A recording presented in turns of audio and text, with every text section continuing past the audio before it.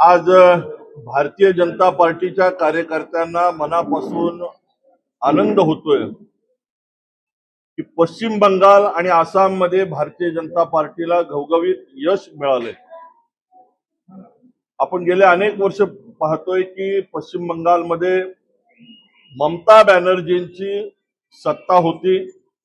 पश्चिम बंगाल मधला भारतीय जनता पार्टीचा कार्यकर्ता गेले अनेक वर्ष त्या ठिकाणी संघर्ष करत होता, पाय घट्ट रोवून उभा होता आणि तिथल्या सामान्य कार्यकर्त्याला असं वाटत होतं की एक ना एक दिवस या राज्यामध्ये भारतीय जनता पार्टीचं सरकार येणार।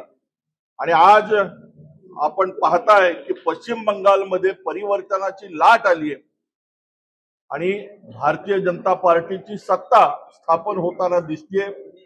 त्याचप्रमाणे आसाम मध्ये सुद्धा मोठे यश भारतीय जनता पार्टीला मिळाले।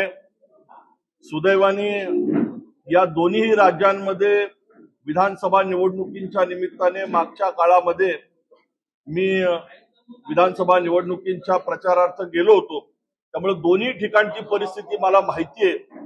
अत्यंत संघर्षाच्या वातावरणात कार्यकर्ते त्या भागामध्ये काम करतात। आज जे भारतीय जनता पार्टीला यश मिळाले, देशाचे पंतप्रधान आदरणीय नरेंद्रभाई मोदी, केंद्रीय गृहमंत्री भारतीय जनता पार्टीचे नेते अमित शाह आणि पश्चिम बंगालमध्ये भारतीय जनता पार्टीचे सर्व नेते, पदाधिकारी, कार्यकर्ते, आसाम मधले सर्व कार्यकर्ते यांचं मी मनापासून अभिनंदन करतो।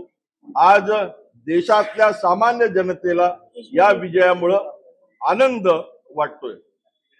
आज जरा तुम्ही वेगळ्या पद्धतीनं आनंद व्यक्त करतात, नेमकं याचे कारण काय आणि कशा पद्धतीने तुम्ही हे साजरे करता? आज आम्ही पश्चिम बंगाल आणि आसामच्या विजयानंतर भारतीय जनता पार्टीच्या सर्वच कार्यकर्त्यांनी असा निर्णय केला की आपण पक्षाच्या कार्यालयामध्ये भारत मातेचं पूजन करून श्यामाप्रसाद मुखर्जींच्या प्रतिमेला पुष्पहार अर्पण करून या आनंदाचं सेलिब्रेशन करूयात।